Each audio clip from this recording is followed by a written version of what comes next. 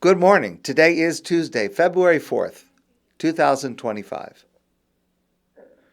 Rachel Steinhardt lives in Los Angeles. And a while ago, she wrote an essay. It was in the Times of Israel. And the title is, Those Things That You're Calling Just Things.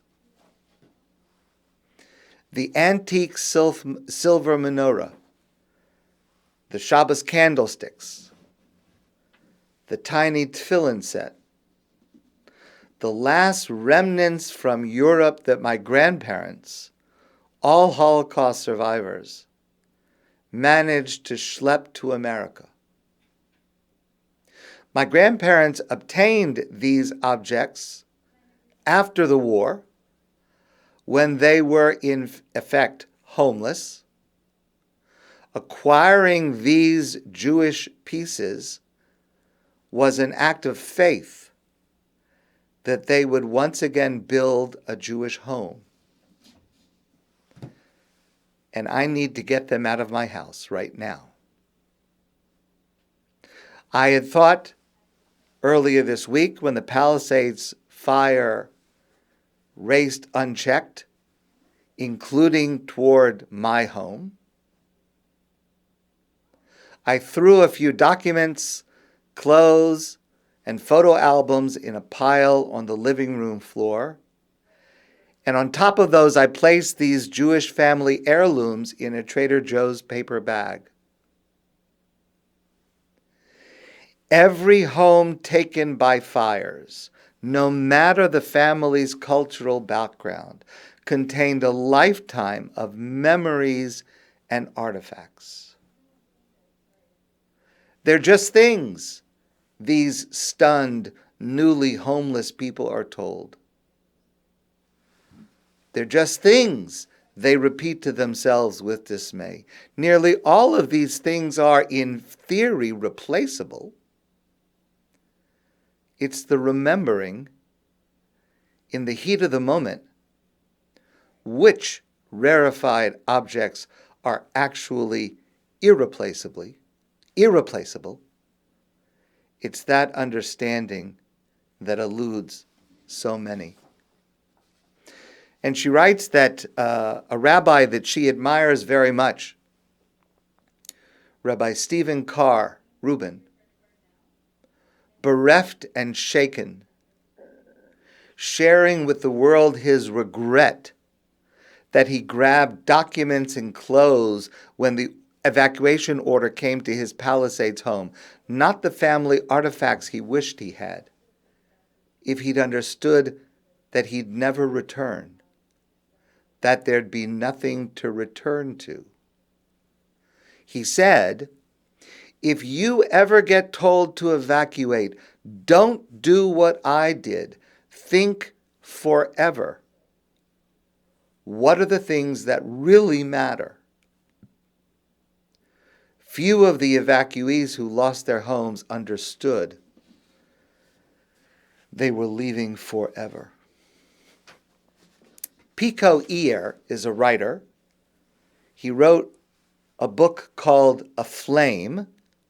It's a memoir that, among other things, talks about the way a devastating fire changes our lives. And he wrote an essay recently in the New York Times,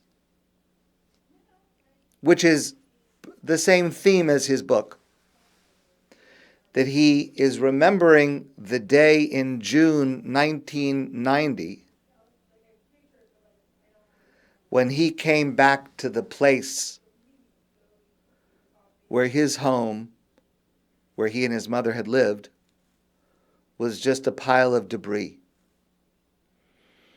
It was the Painted Cave fire, 1990, June. And he was at home, caught in the middle of it. There were fires, flames all around him. His life very nearly taken. He almost died. And he was saved by a very helpful, selfless person who drove up his driveway and escorted him out in his car by spraying water all around him to be able to drive through the flames to get out. He very nearly was killed. He wrote, "There was no escaping some memories. Reduced to nothing but a newly bought toothbrush, I could still feel myself sitting helpless in the car, watching the flames erase all my handwritten notes for my next 3 books and my next several years of writing, and with them, many of my lifelong dreams of being a writer. My mother," his mother was not at home at that time, she was somewhere else, but this is where she and he lived. His mother felt she had lost her entire past, and in the autumn of her life could not easily think of new beginnings, fresh beginnings. I cannot imagine suffering such a loss, and I cannot imagine how I would be able to go on. I assume I would, I just can't imagine it. And my heart aches for everyone who is suffering in multiple ways from the recent fires in California. Now, Pico Iyer has a perspective which is the subject of his book and the subject of the essay that I just quoted from. He writes, "Half a lifetime later, I see that fire as a turning point, not only a disaster. When our insurance company offered to replace our belongings, I noticed that I could live happily without most of the books and clothes and pieces of furniture I'd accumulated. In some ways, I felt lighter than before. I called my editor to tell him that all the books I'd promised him were no longer possible. After commiserating, he observed that perhaps I could write from memory and imagination now, from emotion, sources much deeper than my notes." Years later, a friend would tell me that the Sufis say that you truly possess only what you cannot lose in a shipwreck. I think to myself, I might like to aspire to that. But I honestly don't know if I could. So what would I take? I think about that. If I had to leave suddenly and quickly and never return, what would I take with me? Photo albums, documents, a battery charger, a bottle of water. What else? What else could I carry? What about my work? My notebooks? My files? They're not replaceable. When the Jewish people left Egypt in this week's Torah portion of Beshalach, they left suddenly, quickly, in the middle of the night. We don't know how much luggage each person was entitled to take. We know they carried food on their shoulder, the Torah tells us. What other necessities did they take? Now, it's not the same as fleeing a fire. They were leaving slavery and persecution, going toward a glorious future where God would provide everything they needed. But still, they had lived in Egypt for centuries. It was all they knew. They had to have accumulated things. what would they take? What would you take? What would I take?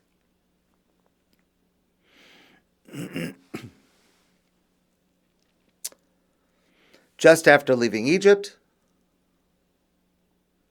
the Egyptian army came after them, and there was the incredible miracle of the splitting of the Red Sea. Ubnei Yisrael holchu b'yabasha b'sel hayam, and the Jewish people walked through the dry land, through the sea, because the sea had split. They were walking on dry land. Vayar Yisrael es hayad hagdalah asher asa asam b'Mitzrayim, and Israel saw the great hand of God, what God had done to Egypt.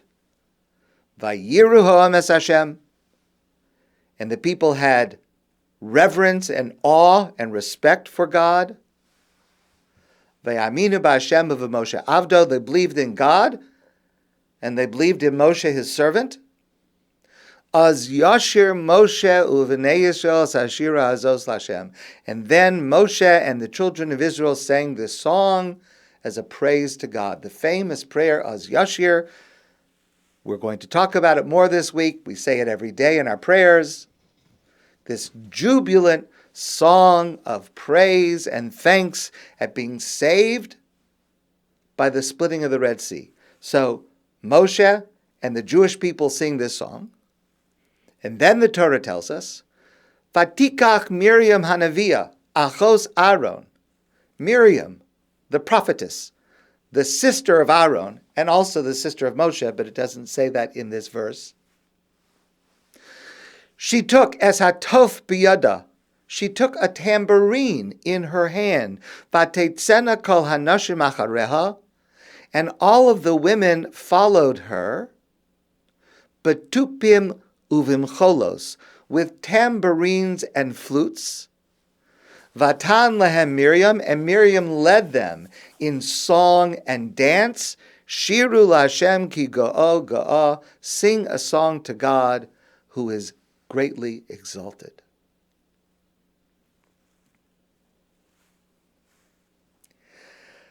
Where did they get the tambourines?